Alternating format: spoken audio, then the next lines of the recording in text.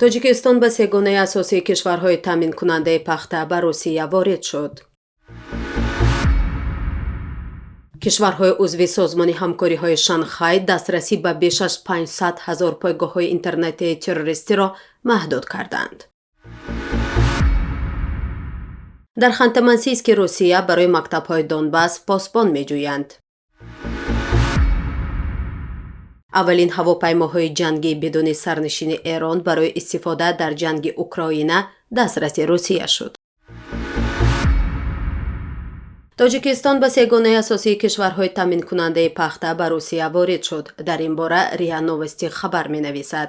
ҳамин тавр қариб 6% пахтаи Тоҷикистон ба Федератсияи Русия меравад. дар ҷои дуввум Чин қарор дорад ки 15% ин маҳсулотро ба Русия содир мекунад. дар ҷои аввал Узбекистон меистад ки 50% тиллои сафедашро ба Русия мефурӯшад. Хитой, Бангладеш, Узбекистон, Туркия ва Белорус пештози содиркунандагони масолиҳи насоҷӣ ҳастанд. ба гуфтаи Анна Лесбак Клейманс, директори ширкати Fashion Consulting Group, мушкилоти истеҳсоли пахта ки дар натиҷаи обхезӣ дар Покистон ба вуҷуд омадааст, бинобар боло рафтани нархи маҳсулоти тайёр ба тамоми ҷаҳон таъсир хоҳад кард. ба гуфтаи ин коршинос, қариб 3% пахта ва 1.4% маҳсулоти тайёр ба Русия аз Покистон меоянд. гуфтанист, Тоҷикистон бо гузашти 2 даҳсола аз давоҳои саноати кунонӣ тақрибан 80% пахтаро, аслитарин маҳсулоте ки саноати кунонӣ коркарди он ҳамеша таъкид мешавад, дар шакли хом содир мекунад. ҳамагӣ 20% он дар дохили кишвар мавриди коркард қарор мегирад.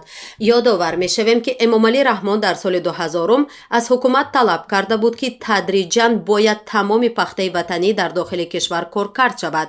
76% он дар шакли хомсодирот ва 24%аш дар дохил коркард мешуд. ҳоло дар 22 соли ҳукумати Эмомалӣ Раҳмон ба ҷои афзоиш, коркарди нахи пахта дар дохили кишварро тақрибан 4% коҳиш доданд. кишварҳои узви созмони ҳамкориҳои Шанхай дар солҳои 2018-2025 дастрасӣ ба беш аз 500 000 пойгоҳҳои интернетии террористиро маҳдуд карданд. дар ин бора Бобур Усмонов, муовини директори Институти тадқиқоти стратегӣ ва минтақавии назди президенти Ӯзбекистон, ба расонаҳо маълумот дод. ба гуфтаи Усмонов, бо вуҷуди талошҳои кишварҳо, афзоиши таҳдидҳо ба амнияти иттилоотӣ, аз ҷумла афзоиши фаъолияти гурӯҳҳои ифротӣ ва террористӣ дар фазои виртуалӣ мушоҳида мешавад.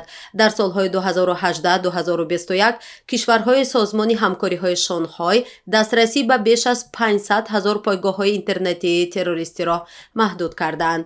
ба гуфтаи вай, ба манзури ҷилавгирӣ аз ҷалби фаъоли шаҳрвандони кишварҳои узви созмони ҳамкориҳои Шонхой, 6 канали интиқоли мардум ба минтақаҳои фаъолияти террористӣ баста шуда, суратҳисоби бонкии беш аз 5000 нафар ва 24 шабакаи маблағгузории терроризм баста шудаанд. дар минтақаи автономии Ханты-Мансийски вилояти Тюмень барои мактабҳои Донбасс, минтақаи ишғолкардаи Украина аз ҷониби Русия бо маоши 170 000 рубл барои як моҳ постпон меҷӯянд. эълон дар вебсайти машҳури Авито пайдо шуд.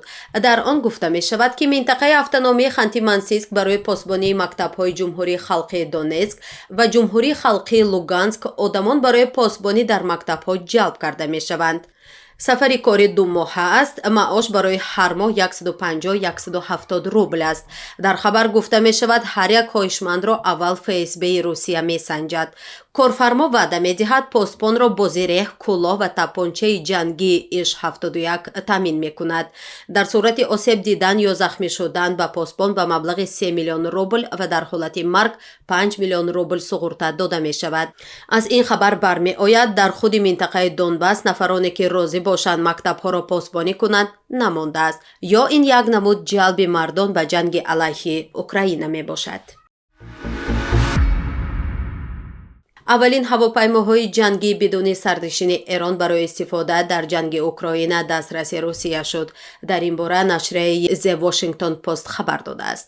иёлоти муттаҳидаи Амрико қаблан эълон карда буд ки аз нақшаҳои Русия барои дарёфти садҳо ҳавопаймоҳои ҷангӣ аз Эрон огоҳ аст, вале Москав ин иддаоро рад карда буд. ба иттилои The Washington Post, бесарнишинҳо рӯзи 19 август тавассути ҳавопаймоҳои боркаш аз Эрон ба Москав оварда шуданд. гуфта мешавад сухан дар бораи ду навъи ҳавопаймоҳои бидуни сарнишини ҳамлавар Моҳаҷир-6 ва Шаҳед меравад, ки қодиранд ба низомҳои тӯбхонаӣ, радарҳо ва ҳадафҳои низомии дигар ҳамла кунанд. аммо дар хабар гуфта шудааст, ки русҳо дар озмоиш мушкилоти техникии ҳавопаймоҳои бесарнишинро ошкор карда, аз ин дастгирии Эрон изҳори норизоият карданд.